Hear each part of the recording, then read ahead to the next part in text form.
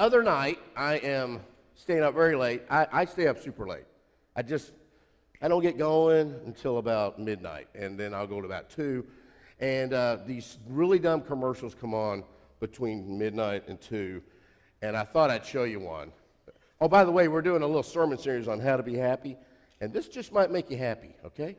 Here we go.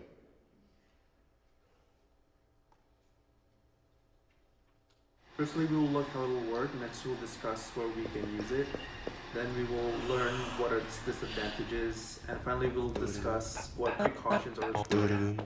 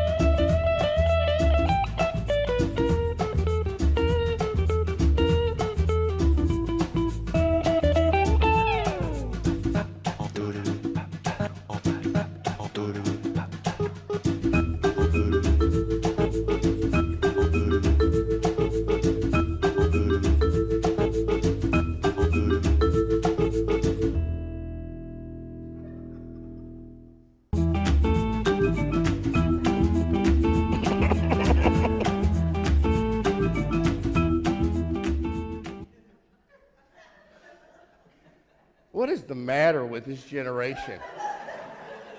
Seriously, I mean, I didn't put the product name on the end because some of you might go out and actually purchase that dumb thing. I mean, older folks, come on, you're with me. Can you imagine us back in our day in the office going, hey, Pete, how's that financial report coming along? You know, could we meet and be serious? This is just silly. It's Pastor Appreciation Month. Did y'all know that?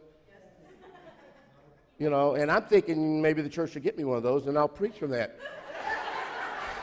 Would that be a little distracting? Let me, Jesus, if you could turn to Matthew. No, we're going to be in Luke today.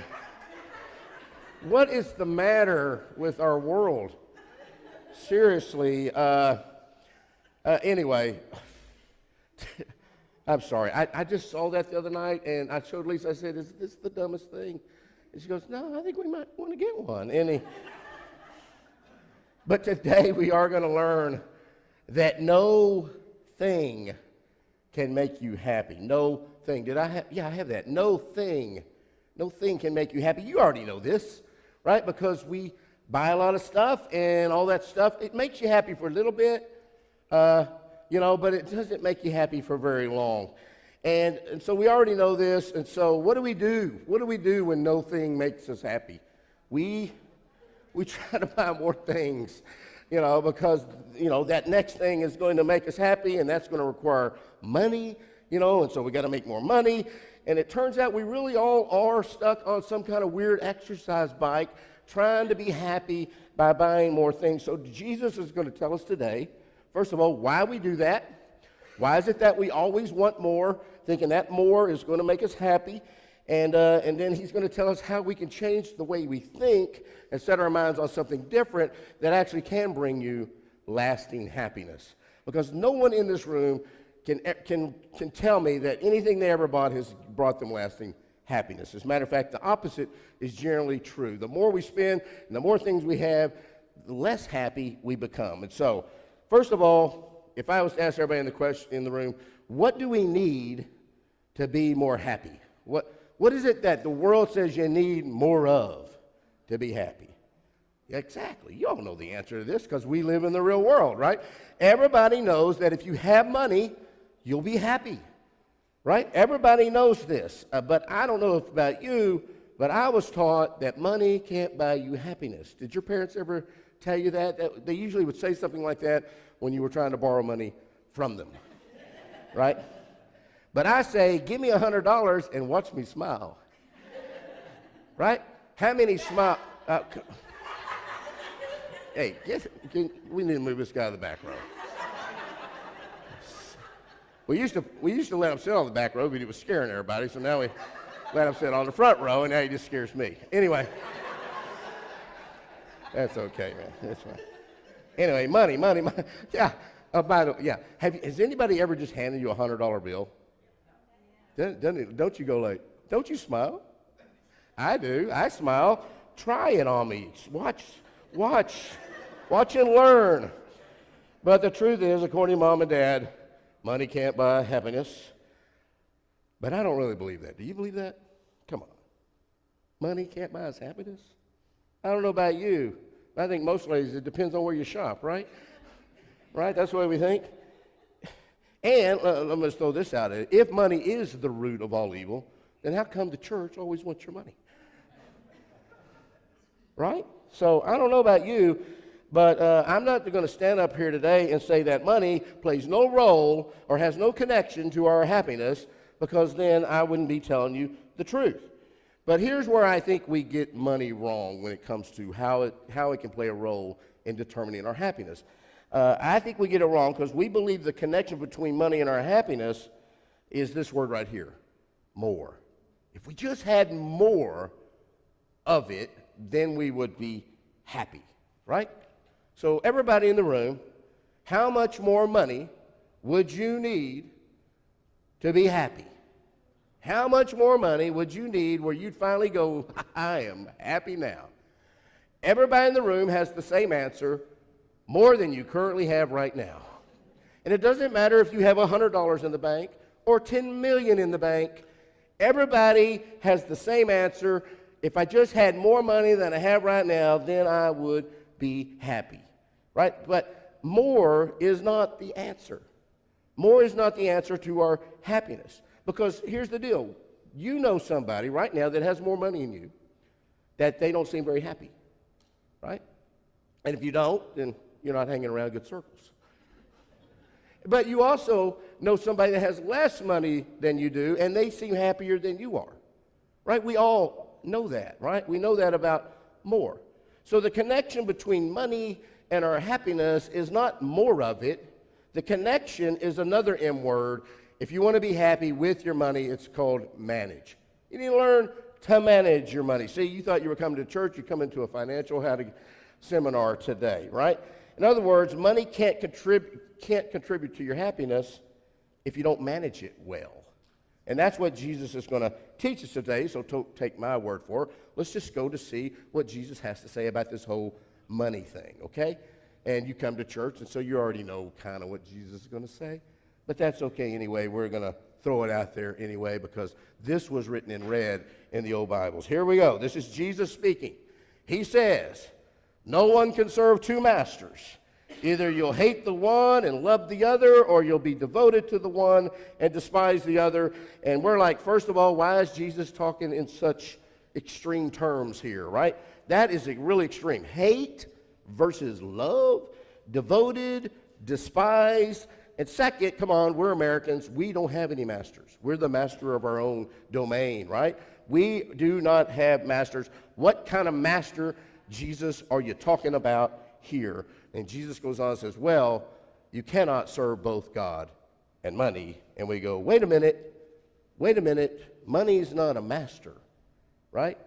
Money is this thing that we can make and, come on, if Jesus said you can't serve both God and the devil, okay, that would make sense. But Jesus says, no, this is the way it is. You cannot serve both God and money. That is just the way it is, according to Jesus. Now, the Greek word in this verse for money is the actual Greek word called mammon. I can't say that word. That's why we translated it. Anyway, but it actually means, it can mean money, it could mean wealth, but in today's society, it's more stuff. Your stuff, right? The more stuff you have, the more, it's our stuff that we buy with our money. Jesus is saying God's main competitor for your love, God's main competitor for your devotion is your stuff. It's your stuff, and more stuff. That's God's main competitor. It's not the devil. That's not what's stealing your heart away from your Heavenly Father. Let me ask you another question. Has your desire or devotion for more stuff ever cause you to do something stupid? Now, I almost put a comma right before the word stupid.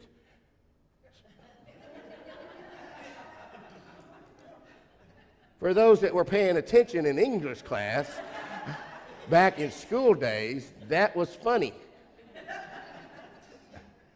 Have you ever done something, I mean, come on. I don't know. I was thinking about some stupid stuff I've done because I had this desire, this devotion, or, we don't think of stuff having a desire for it, but we do it all the time, right? So, fellas, I got some news I want to tell you. My wife, Lisa, is just an unbelievable woman. You know that. But here's what I get with Lisa. She loves to mow our yard. Sorry, fellas, she's taken. She loves to mow our yard. She likes, about 7 years, we had a John Deere mower, and she would love to go out and mow the yard on our John Deere mower. And I go, I'll mow it. I'm the man. She goes, no, I just want to get away from the man. I'm going to go. She would go out, she'd put her headphones on, and she just loved, I think, getting away from me, but mowing the yard. Now, one day, I'm in Lowe's, and I'm walking by a couple of mowers. One is one that is also an ATV with a mowing deck. Yeah, right, guys? Wouldn't that be cool? But I was reading the reviews, and it's like, it's stupid, so I'm not going to do that. And then I came across, now this was 7 years ago, a zero-turn mower. Come on, fellas.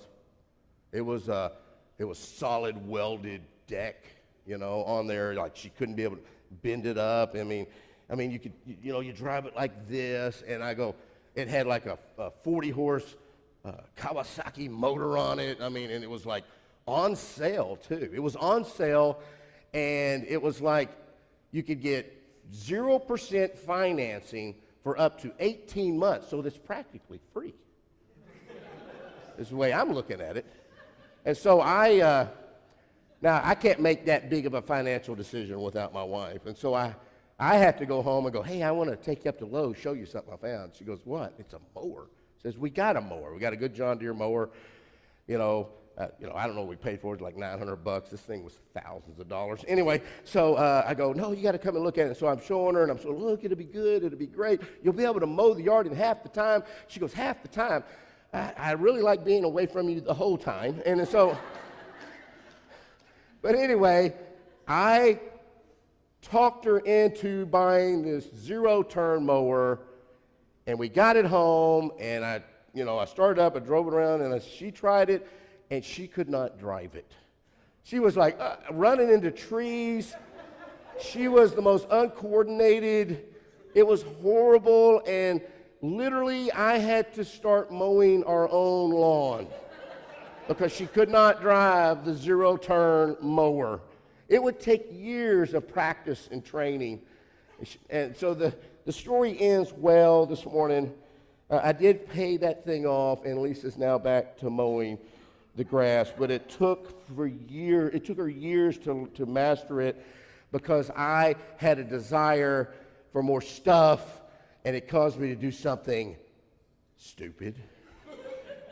It did, and everyone in this room has that story. Everyone has it. We buy new cars not because, sometimes you'll buy a new car because you got extra people in your family and you need more rows and seats, but a lot of times we'll just buy a new car because of that new car smell, man. It's like I don't know what it is, but there's something about it. And I always used to tell my kids, why'd you get another car? It plays the same radio stations, goes just the same speed, but we do it. And ladies, what's up with the shoes? You keep buying the shoes and the purses. I don't know that. And why are, some of us are in car leases that you wish you could get out of. Why am I paying for a storage building? Do you know that the storage building people are making tons of money? I mean, we used to not have that many storage building places, but they're everywhere. They're on every corner, on every highway, because we buy all this stuff that we thought was going to make us happy, and it didn't make us happy, but we can't get rid of it. And so we have to rent a storage building to put the stuff that's not making us happy anymore in the storage building, because one day we might go back to it. And now, what is up with that? And then we build these huge houses when it's just the two of us, right? Now, some of you are going, I don't have a storage building. You know, yeah, but your garage, your new car is not parked in your garage. That new car with the new car smell, it's not in there. It's outside. You got your garage full to the ceiling. We got the big credit card bills. Not everybody, but have you looked on your credit card? You're paying for stuff that you bought last year. You don't even know where it is. It turns out, I'm just throwing this out there, that Jesus knows what he's talking about. He does. Jesus Christ knows what he's talking about when he says God's main competitor for your love and for your devotion is your stuff. Like, if that's all you're thinking about all the time, then you are not going to have much time for God. And in the end, you can't serve God at all. You can only serve one master. And so that's what it does. And here's the thing. When money is your master, then you are the slave of your money. And I don't care how happy you think you'd ever be, but slaves are never happy. You can't be happy as a slave, no matter how much money you have. So why do we do this? Why do we do these silly things? Why do we give our love and our devotion to our money so much and to our stuff? Because of this word here. It's called discontentment. I looked it up. Never satisfied with what we got, what we have. Never satisfied.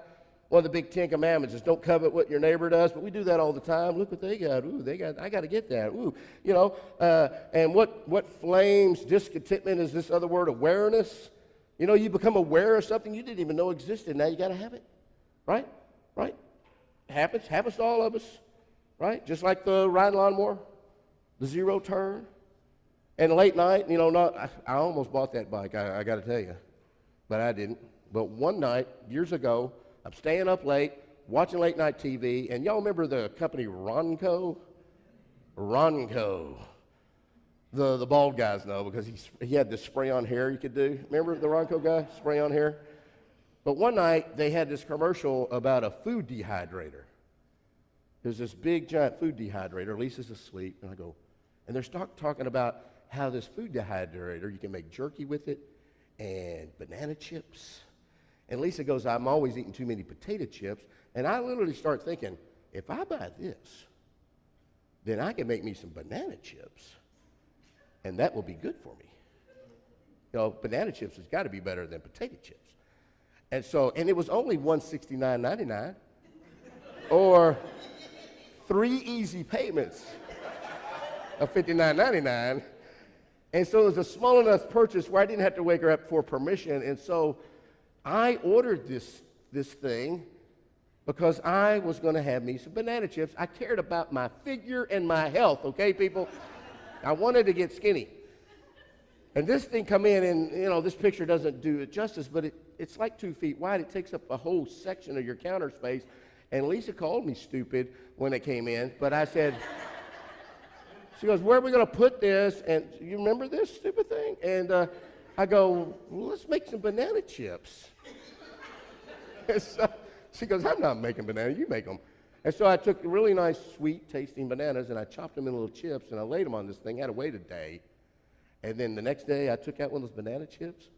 Those are horrible. You know, a banana is so much better than a dried up banana. You know what I mean? If God wanted us to eat dried up bananas, they would have come out that way on the limb. And we ended up, I think I gave it to my mom, and then she sold it in a garage sale. Because I became aware of something I didn't even know existed and bought it. Right? I did. That's another way that money can enslave you is this word right here. It's called greed. Right? And, you know, when we look in the mirror, we don't ever see greed in us, right? Greed is that thing we see in other people.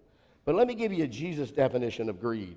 According to Jesus, and we're in church, you know this is true, what I'm getting ready to tell you. According to Jesus, though, everything that you have, your house, your job, all the money that you've ever got has come from God.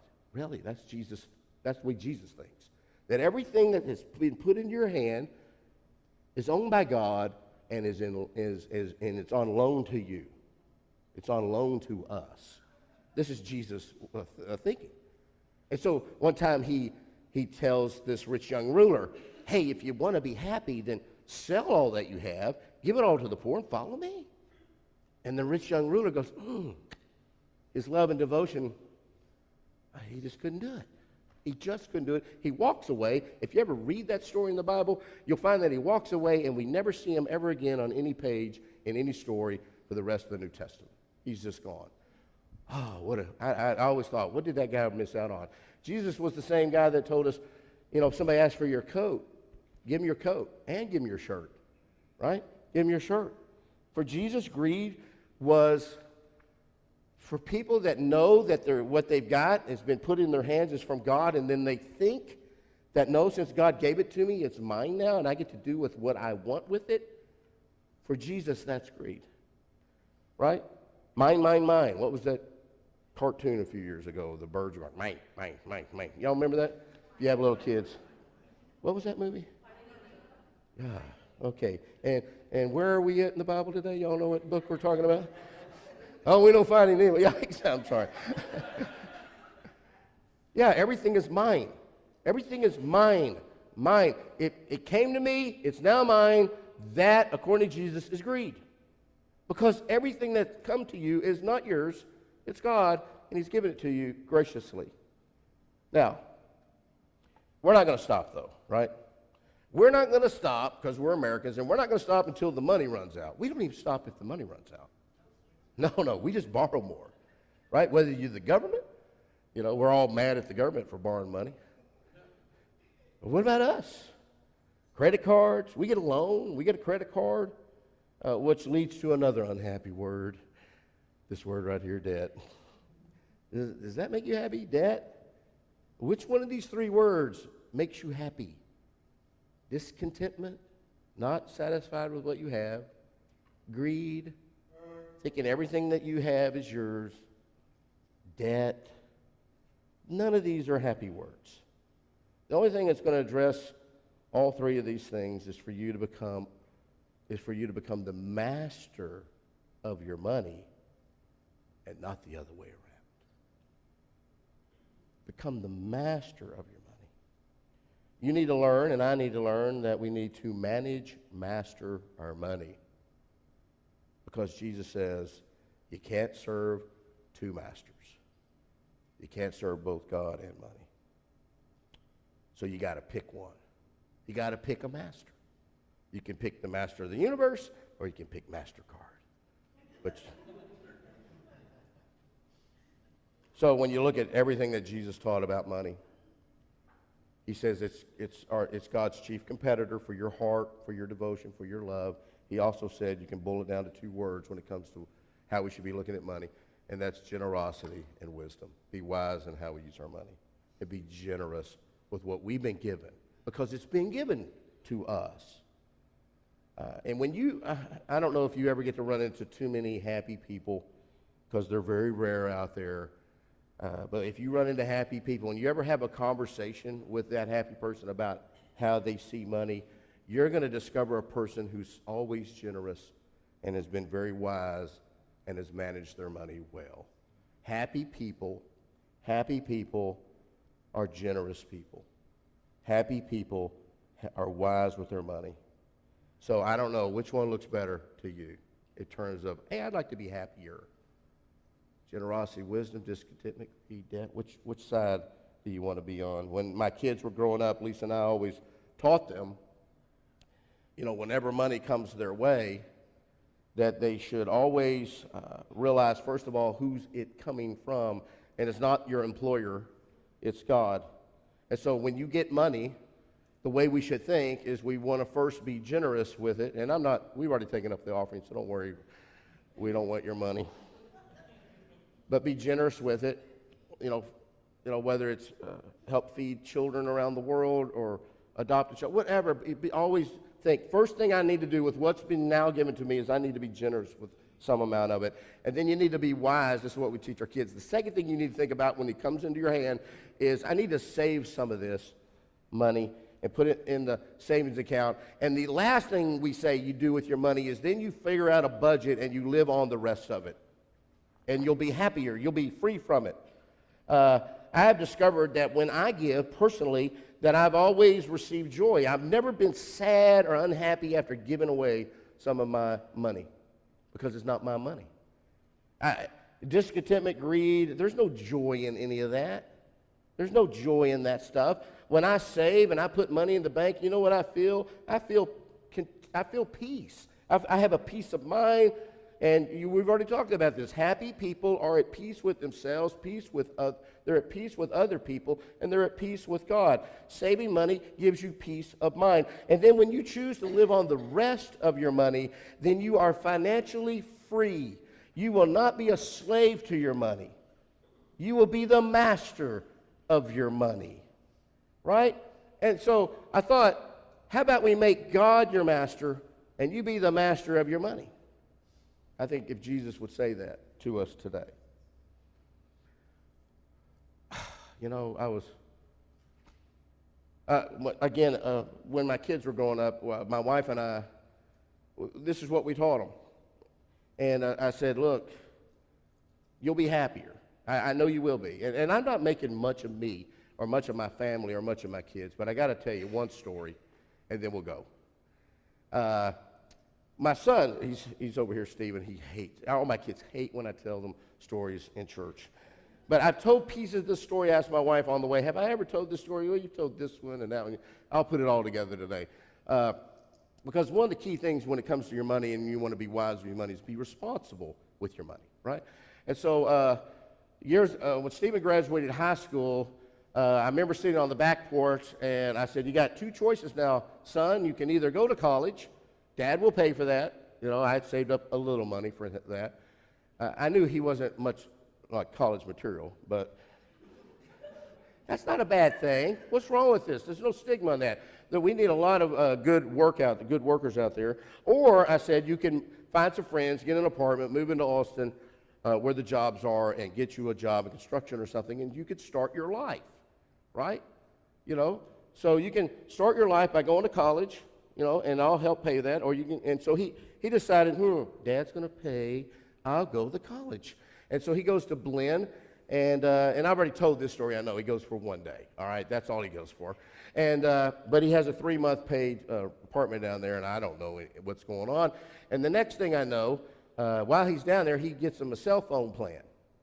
You know, cell phones were just kind of coming out back then, and so he gets him a 2-year committed cell phone plan with some company because every kid down there has a cell phone and he's become aware of cell phones and now he wants a cell phone, and so he gets him a cell phone plan. Well, after the 3 months, he has to move back home, in which I tell him, okay, that didn't work out, go get a job, and he did. He got some friends, and they got an apartment in Pflugerville, and they started living, and he started working, and I was very proud of him, right? But one day he comes to me pretty much after he gets back, says, Dad, this cell phone that I got down in Blinn only works in Blinn. They told me it would work everywhere. I go, did they show you a coverage map? What's that? I go, oh. He goes, I don't want to pay. I signed up a 2-year commitment. I don't want to pay this bill. And I go, when you commit your money to something, you want to be responsible with your money. I said, I can't make you do it, but I think you should pay it, right? Because that was your word. You signed that. You said I would do that. I know that's not what his friends would tell him. I don't even know if that's what a lot of people in this room would tell him to do, but I said, pay the bill. And I don't know if he did or not because he started his job and he lived in Austin. It was up to him.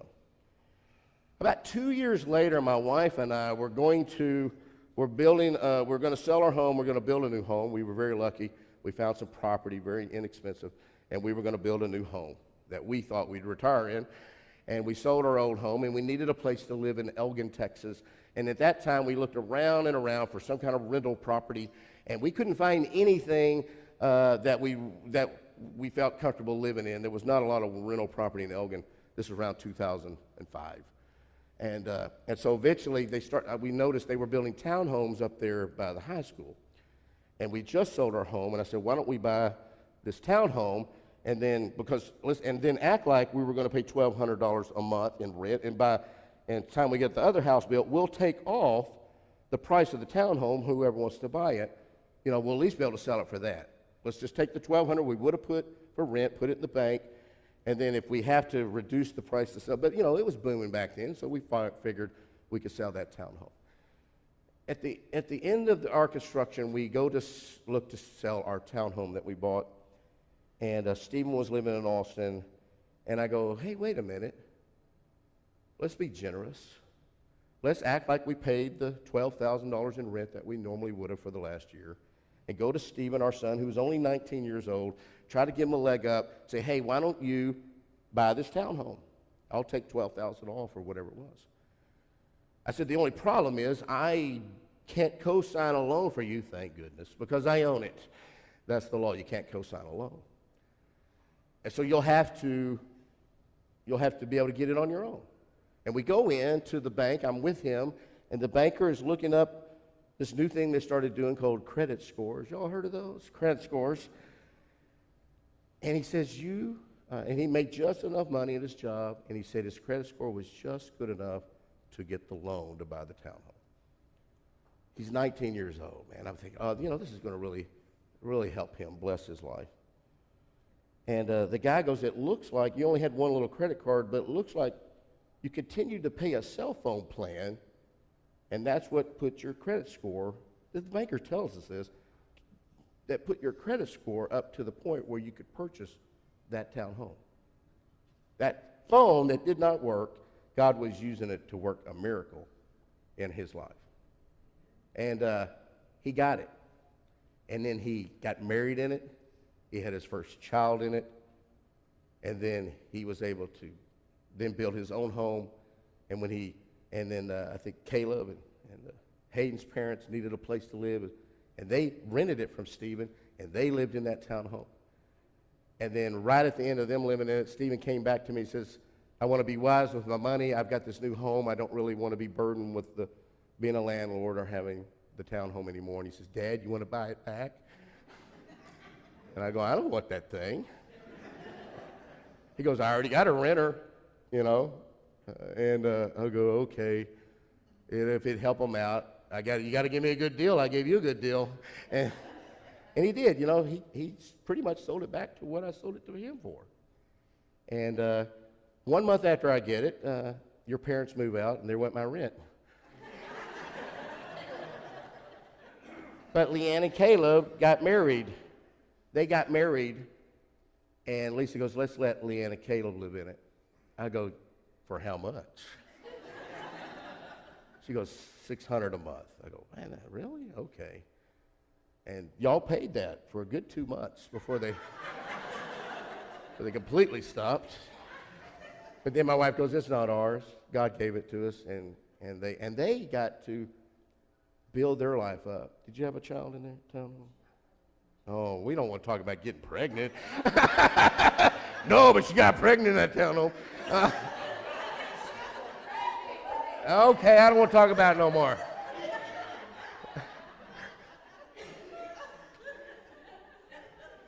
And I tried to sell it to her, but they didn't want it. Caleb and them bought a home. And then I go, what are we going to do now? And then Melissa got married, or was getting married, and I said, Melissa, you want to buy the townhome? And Melissa bought the townhome, and again I said, but you're going to have a good enough credit score and a good enough thing because Dad can't co-sign, and because she had been wise with her money, and she had paid her bills, she was able to get the loan, and she got the townhome. The townhome was a miracle in my family's life. This past year, she sold it. They got all the equity. Melissa and Alan, they bought them a new home, and every time I drive by that townhome over there, I say, thank you, God. Thank you that he paid his cell phone bill back at Glenn for a phone that did not work. He did the responsible thing. Don't let money be your master of your life. You master your money. Make God your master. You master your money. Let your money work for you, not the other way around. And that's how you can make money make you happy. It's not more of it. It's not more of it. It's realize who it all comes from and what it all really means. Don't circle your whole happiness around your stuff. Jesus said it's all going to go away. It's all going away, right? It's all going to deteriorate in those storage buildings you currently have it in. Let's go to the Lord in prayer. Thank you, Father, for an unbelievable life. A life, Lord, where I just pray that somebody would seek you first. Seek your kingdom first. Make you the master. I know a lot of people struggle. They struggle with finances, Lord. They feel like they're enslaved. They feel like they can't get out. They feel smothered, Lord, and they think, maybe I've heard this message, and I'm too deep. I'm too in debt, and I don't know how to get out. And I pray, Lord, right now that everybody can just see, today I'll start doing the right things, and I will sow my way to happiness. Because we should know now that happiness is not instantaneous. We sow our way to happiness as well as we can sow our way to unhappiness. And so I pray right now, Lord, that there's somebody here today that's going to make a decision to start doing the right things and sowing their way out of their unhappiness to happiness by making you their master, by making you the master of their life. That's my prayer in Jesus' name. Amen. All right, we're running a little long, but we'll sing one song if Leanne will come up here. Oh, you're already there? God sent his son?